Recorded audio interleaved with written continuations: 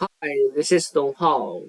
In this presentation, I will show you how did we set up the AWS environment and how did we configure Hadoop. This is the network topology that we used for Laboratory 6. As you can see, four machines are in the same network. They are using their first and their only network interface to communicate with each other. One is the name node, which is the master. Three are the data nodes, which are the slaves. According to the instruction, we created a new virtual private network named Lab6 Hadoop, and we enabled the DNS host names. From here, we can see this is enabled, and then we created a new subnet named Hadoop and enable the auto assign public IP version 4 address in the subnet settings. So this will automatically assign a public IP address to every instance created under this VPC. We also created a new internet gateway named Laboratory 6 Hadoop and attached it to the VPC. Next, we created a new security groups named Lab6 Hadoop to allow SSH and all traffic come through. This is the configuration for VPC. The next thing is to launch the four instances. To do that, we click the Launch Instances button, then give the name node,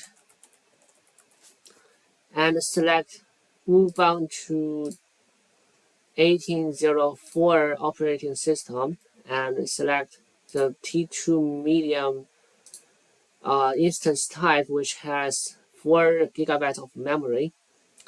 Then select the right key pair and edit network settings to select the right VPC and ensure the subnet is correct and ensure the auto-assign public IP is enabled. Then select existing security group,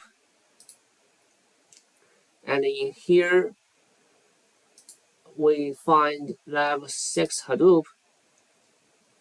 Finally, we assign 12 GB of the storage to the instance and click Launch Instance.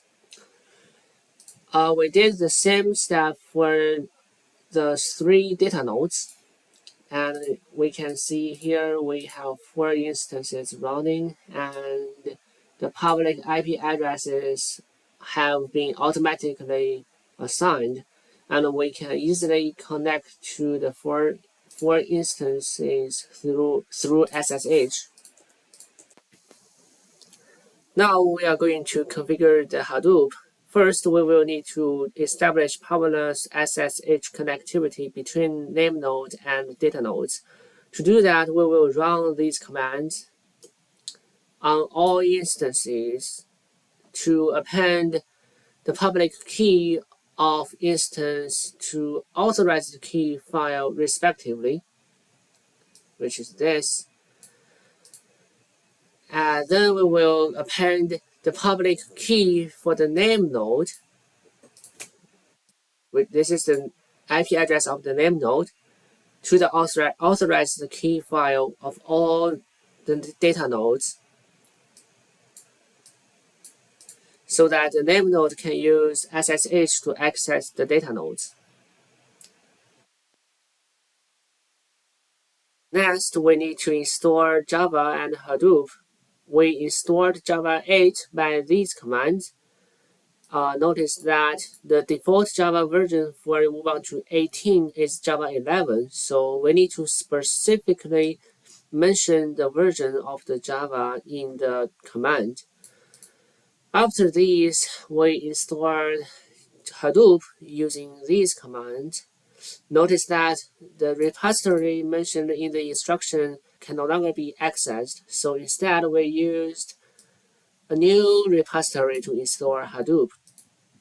After the installation, we need to edit the profile file, which is this file, and to append the Java home and Hadoop home environment variables to the file. Then execute source profile, which is this command, so that the bash will know which Java and Hadoop it should use. Then we need to configure Hadoop, which is to edit several files on all instances. To do that, I wrote a script, which is this, to sync file from name node to data node through SCP so that we don't need to repeat the same steps on all data nodes. So first we added the Hadoop environment s.sh file to tell Hadoop the location of the Java on name node and sync this file to all data nodes using SCP script. Yeah, this is pretty simple. Second, for the core set.xml file, we input these configurations into this file and sync it. So this configuration tells Hadoop to use this IP and port number to run its service and use this location to establish the Hadoop distributed file system. And we created this directory for Hadoop on the name node. We can see that this directory is here. So the core site file contains the configuration settings for Hadoop core that are common to Hadoop distributed file system and MapReduce. It also informs Hadoop daemon where the name node, which is the master, runs in the cluster. Third, we updated the HDFS site XML file with these contents and sync it. Fourth, we copied the map reduce site.xml template file to MapReduce set XML and put these contents into the file, then sync it. Finally, we updated the yarn set.xml with these contents and sync it. Now we put the IP address of the first network interface of data nodes into the slaves file, respectively, for all data nodes, and the master's file for the name node. Then, in data node instance, we put the IP address of all three data nodes to the slaves file and here and perform the SSH command to connect to all data nodes to add the information of all the data nodes to the configure file of the SSH on name nodes. By doing this, the passwordless connectivity from the name node to all data nodes are established. Then we created the Hadoop distributed file system by this command. I will not run this because I have run this before. And we start the HDFS by this command.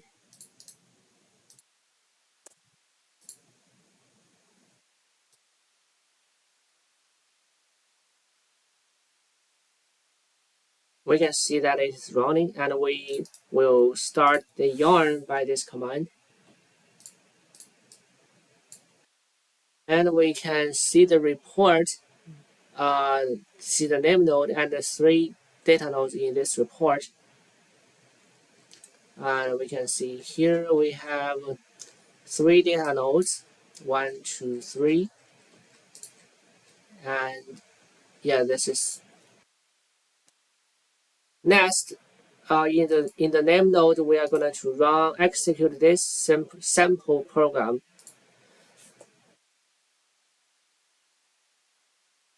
So we can see the program ran successfully with the output of pi.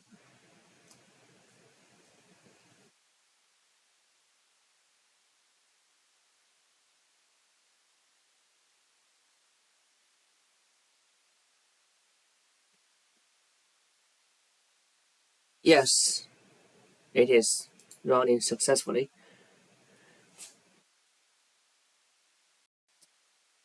In the end, we access the data node, the name node from browser, and we access the data nodes from browser, and we also access the Hadoop distributed file system from browser. Here we conclude the installation of Hadoop. Hi everyone, I am Boyang Xiao. So let me tell you about the next part of this program. So the next part should be that we create a word count program based on MapReduce. So the first step is that we create 2 source code files. The first one is the mapper.py file. So in this file, it's a very simple function that we take the whole text as the input, and we split the world in this whole text, and then we print the world tab, the number 1, line by line. And then we take this output as the input for the next file, reducer.py. We input the line by line world number 1 to the reducer.py file, and then we count all the world, how many word and how many number 1. So every time we find a world and a 1, we just plus 1 to the count of this world. And then the result should be the whole number of every world in the input text. And there is a sample output like this. Like we input the text hello world, hello Hadoop to the mapper.py. And the output of the mapper.py file should be that hello 1, world 1, hello 1, and Hadoop 1. And this should also be the reducer.py file's input. So after the reducer.py, we should get the hello, well, we got 2, and the world 1, Hadoop 1, and that is the whole word count for this input text. So let my teammate Yixing to execute the program and show you the results of this program. In this part, I will test our code with different input files. I have already uploaded Python code file to the AWS machine. Then I download the txt testing file and run cat command to show the result.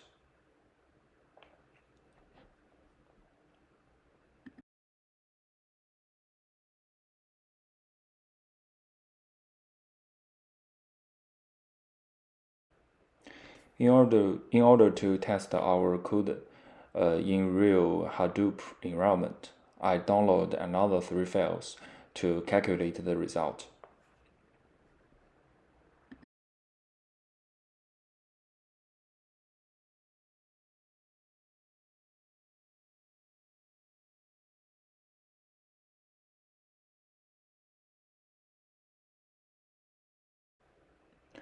And then I copy these files from local system to PDFS file system.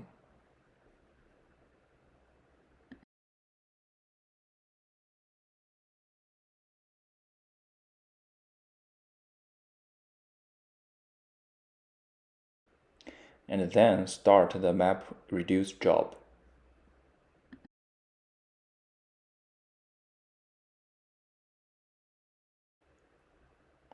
And the shell shows us the path of output file. And we can also confirm this by typing ls command. And then we can use the cat command to see the result of the Hadoop calculation.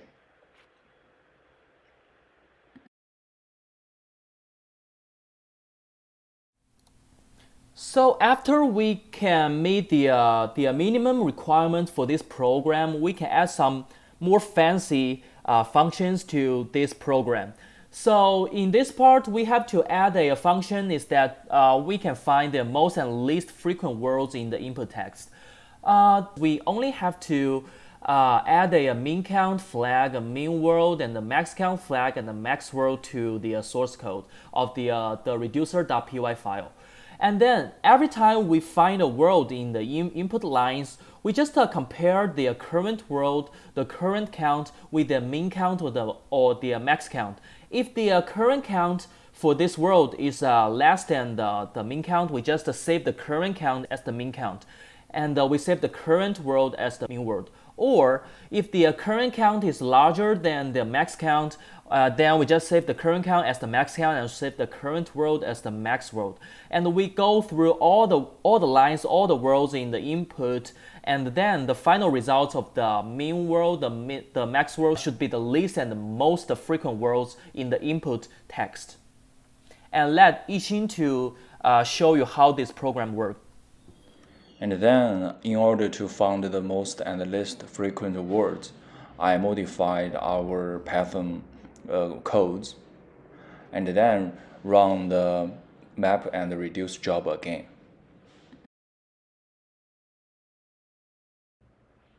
And I got the output file from HDFS system back to the Linux system.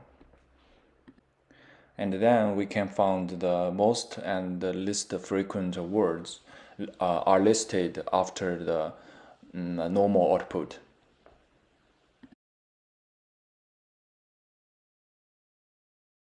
So the last thing we have to do for this part is that we optimize this program using the iterators and generators from Python to do the jobs. So in the reducer .py file, we change it to reducer enhanced.py file, and we add the generators and iterators, and we add a function like this. And Yixing will show you how this program works. And then we optimize the mapper and the reducer to use iterators and generators. And then they are mapper enhanced and reducer enhanced. And then I download the txt file to test our code. And then copy the txt file to HDFS system.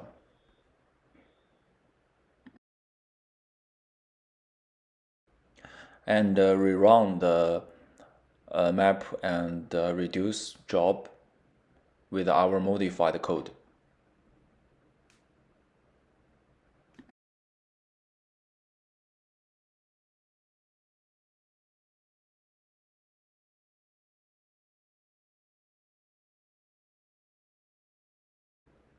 And then we can see the path of output file.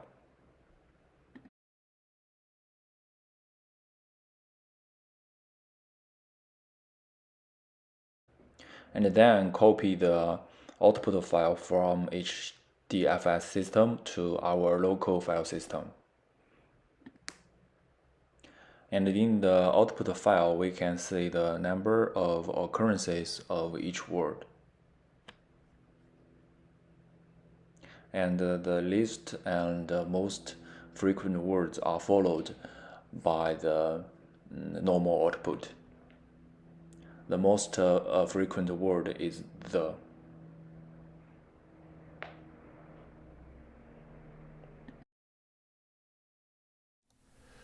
So that'll be all for this lab. Thank you so much for watching, and please feel free to contact us if you have any questions or concerns.